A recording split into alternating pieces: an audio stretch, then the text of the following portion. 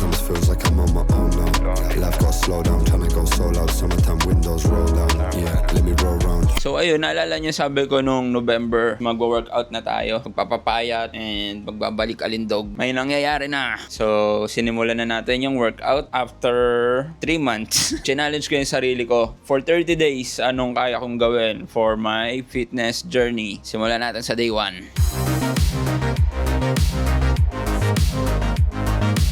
Nagsimula tayo mag-workout kasi may nagkasakit. Anong naging sakit mo? Kagandahan. Sakit ba yon?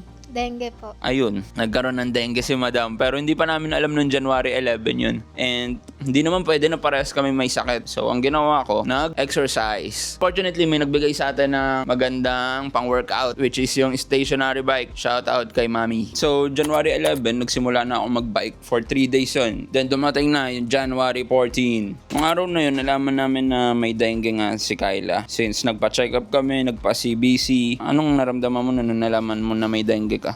I feel so weak.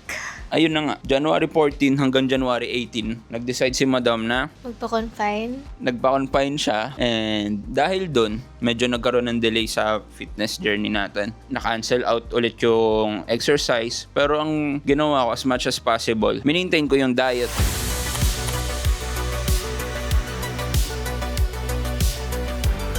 May nakita akong bagong group sa Facebook, yung calorie deficit. Ito, papakita ko sa inyo kung paano mag-work. Pupunta ka dito sa website ng TDEE calculator. Lagay mo yung age, height, weight. Then, makikita mo doon kung ano yung calories na kailangan mo para ma-maintain yung weight na meron ka ngayon. Pero dahil nagpapapaya tayo, guys, yung maintaining calorie na yun is babawasan natin. Ang para sa akin, lumabas ay 2,200 calories. So, ang ginawa ko 1,700 calories ang intake ko per day.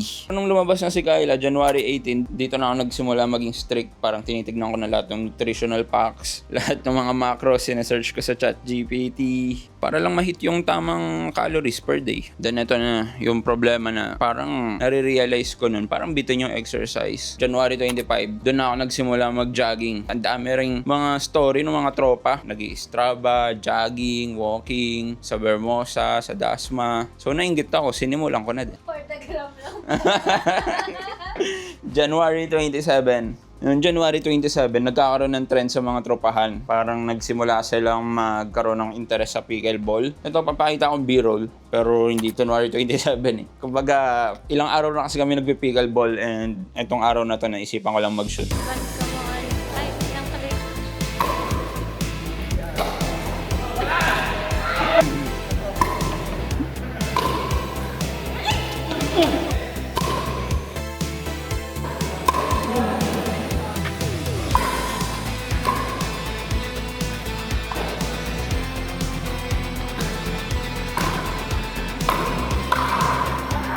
Ayun, pagkatapos ng pickleball na to, doon na kami nag-usap ni Kyla. So, eto na ang napag-desisyonan namin. After mag-pickleball, kami ay Inquire sa gym! Perfect! Aray ko. Ayun, nag-inquire kami sa gym. Diretso, bugbog pa sa pickleball yun, guys. So, ewan ko kung nabudol kami dahil pagod kami. Pero same day nun, nag-subscribe kami ng gym subscription for 3 months.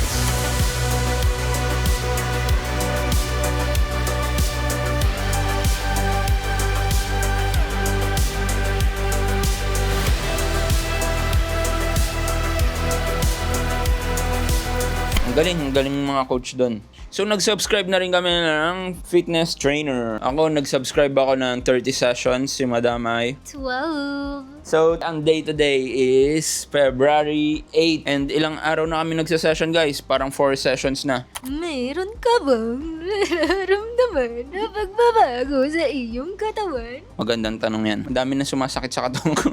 Hindi, bugbog talaga eh. Pero after mawala nung soreness sa katawan, parang ramdam na ramdam mo yung flexibility ulit. Kasi dati, parang tamad na tamad akong kumilos eh. Pero ngayon, okay na. Maglakad-lakad, akyat baba ng hagdan, ganun, kuha ng gamit. Masasabi ko na parang ang laking tulong sa mobility ng exercise talaga. Ikaw, kamusta? May pagbabago sa katawan mo?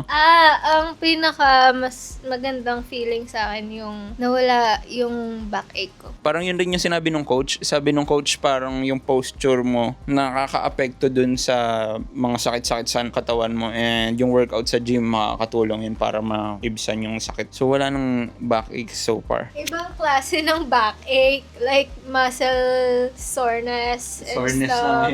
Sarap mag-gym na kayo guys. So tapos na ang 30 days guys. So this is actually day 32 na, and tapos na yung personal challenge ko na 30 days challenge 2 days ago. Ano pang kailangan natin gawin? Result reveal na lang. Let's go. Teka, medyas lang ako, naiya ko eh.